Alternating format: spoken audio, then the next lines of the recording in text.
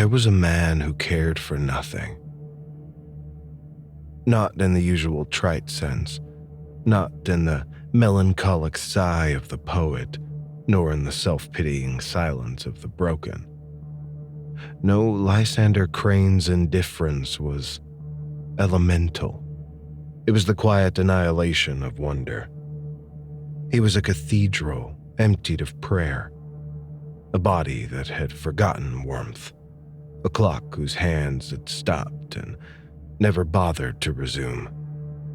His apartment was his reliquary, a tomb pretending to be a home. The wallpaper hung like diseased skin, yellowed and splitting along its seams. The air was a sepulchre's breath, stale, slow, and vaguely sweet with the odor of something long dead but not yet buried. Dust didn't merely settle, it nestled, thick and complacent, veiling the few possessions he'd never cared enough to discard. A cracked mirror, a lamp that buzzed when it shouldn't have, and a single chair upholstered in the color of old bruises. He didn't rise with the morning nor rest with the night. The sun and moon were equally irrelevant to him. His body went through the pantomime of existence, eating, sleeping, breathing. But all of it felt perfunctory, like the habitual twitching of a corpse, still trying to remember what life had felt like. Outside, the city shrieked with vitality. Tires screamed, lovers quarreled, windows spilled laughter and music into the streets below. But for Lysander, it was all detritus. Sound without soul, movement without meaning.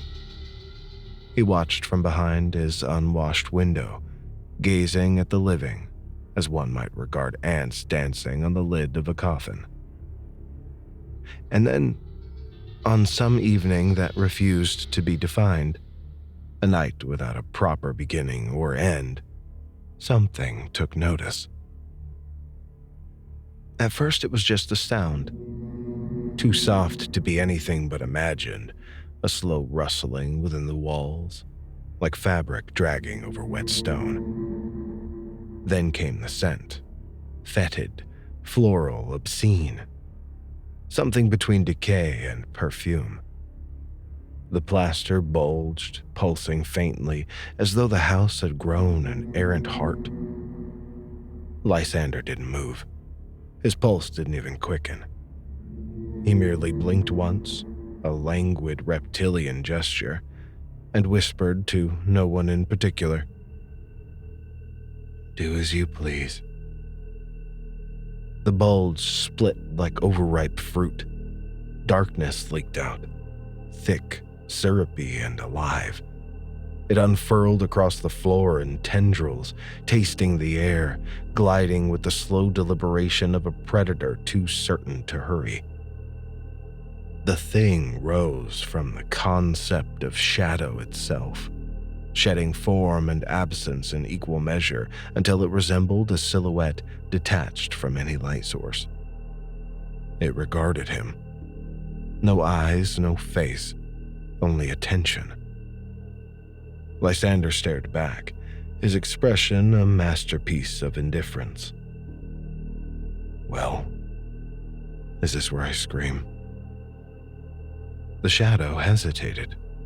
As though confused, its tendrils quivered, reaching toward him, sliding up the leg of his chair, curling like fingers around his throat. When it touched him, the room shuddered. The bulb flickered once, and light, all light, seemed to bleed out through the cracks of reality. Colors inverted, the air thickened into a palpable weight. And still Lysander didn't move. That darkness seeped through his skin, oozing into him as if invited. His veins pulsed with it, turning black beneath the pallid surface of his flesh. His eyes rolled back, and yet he remained disturbingly calm. Serene, even. It entered him, expecting terror, resistance, flavor. But there was nothing. Only the hollow echo of a man long past caring. Inside it found no fear to feed on, no despair to drink, no pleading to savor, only the infinite quiet, vast and sterile and pitiless. The thing faltered. It writhed inside him, starving, gnawing for meaning.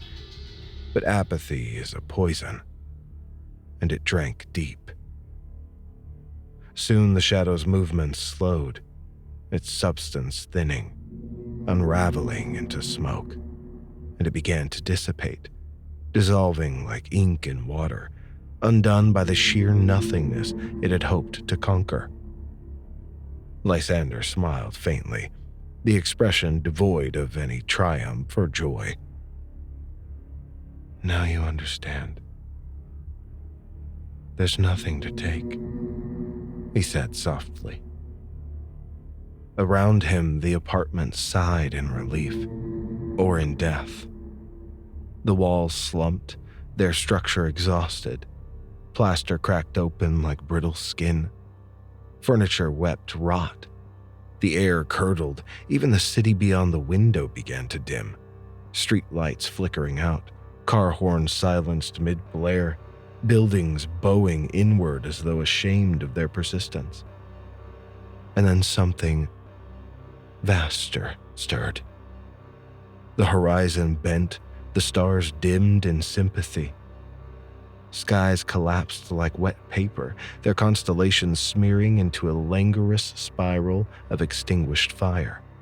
Oceans folded inward, devouring their own reflections. Mountains sagged. Time, mortified by its own continuity, stopped altogether.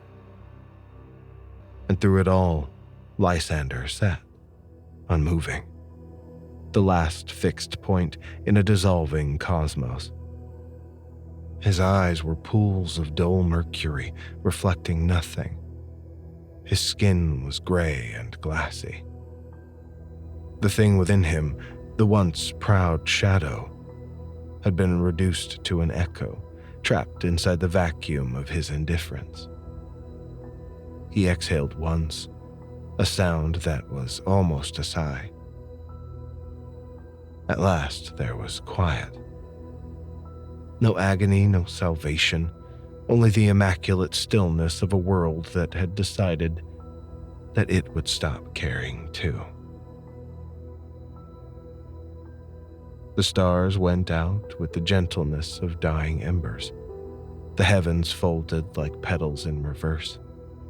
Space itself contracted into a single shimmering dot, a perfect, indifferent eye, before vanishing into nothing.